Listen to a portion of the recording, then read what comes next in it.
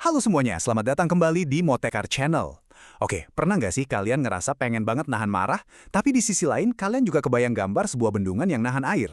Nah, yang seru nih, dalam bahasa Inggris, dua situasi yang kelihatannya beda banget ini, ternyata pakai satu idiom yang sama. Yep, hari ini kita bakal bongkar tuntas idiom dam up.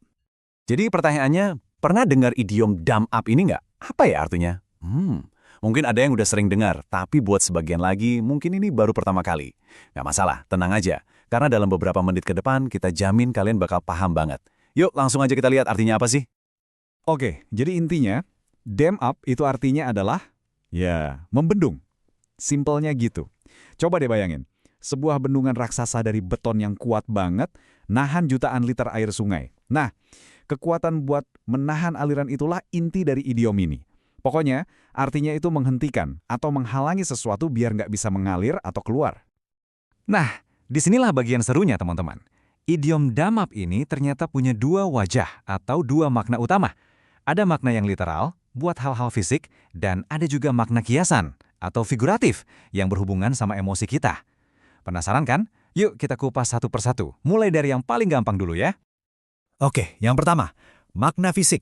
Ini gampang banget. Arti yang ini benar-benar harfiah, persis seperti yang ada di bayangan kita, yaitu aksi nyata membendung aliran air, misalnya di sungai. Contoh kalimatnya dalam bahasa Inggris kayak gini. Coba dengerin baik-baik ya pengucapannya.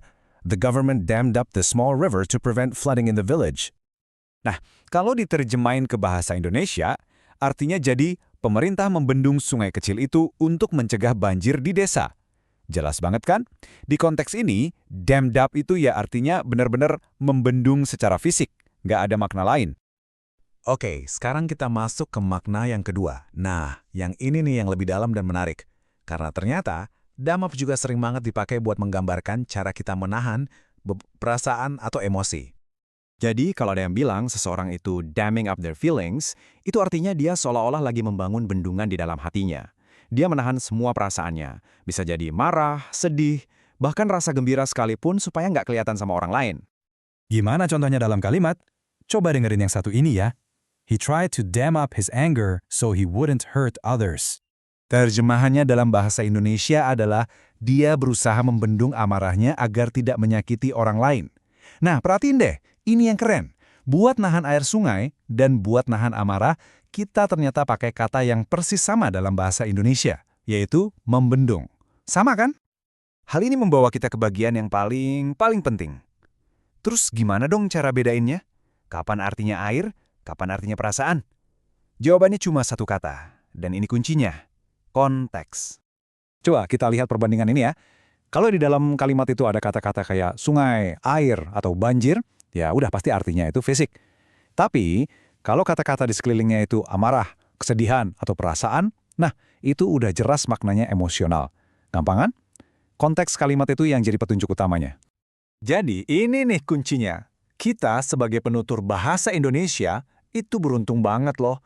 Soalnya kata membendung itu pas banget, bisa dipakai buat dua-duanya, buat tindakan fisik dan buat emosi.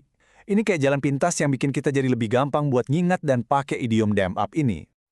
Oke, kita udah lihat definisinya, udah tahu dua maknanya, dan udah lihat contoh-contohnya juga. Nah sekarang giliran kalian. Biar ilmunya makin nempel di kepala, kita harus coba praktek.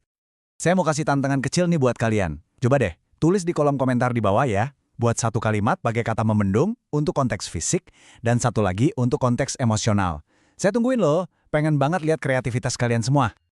Nah, itu dia pembahasan kita soal idiom dam up. Semoga penjelasan singkat ini bermanfaat ya, dan bisa bikin kalian jadi lebih pede lagi kalau ketemu idiom ini. Terima kasih banyak sudah nonton bareng Motekar Channel. Sampai ketemu lagi di pembahasan seru berikutnya ya.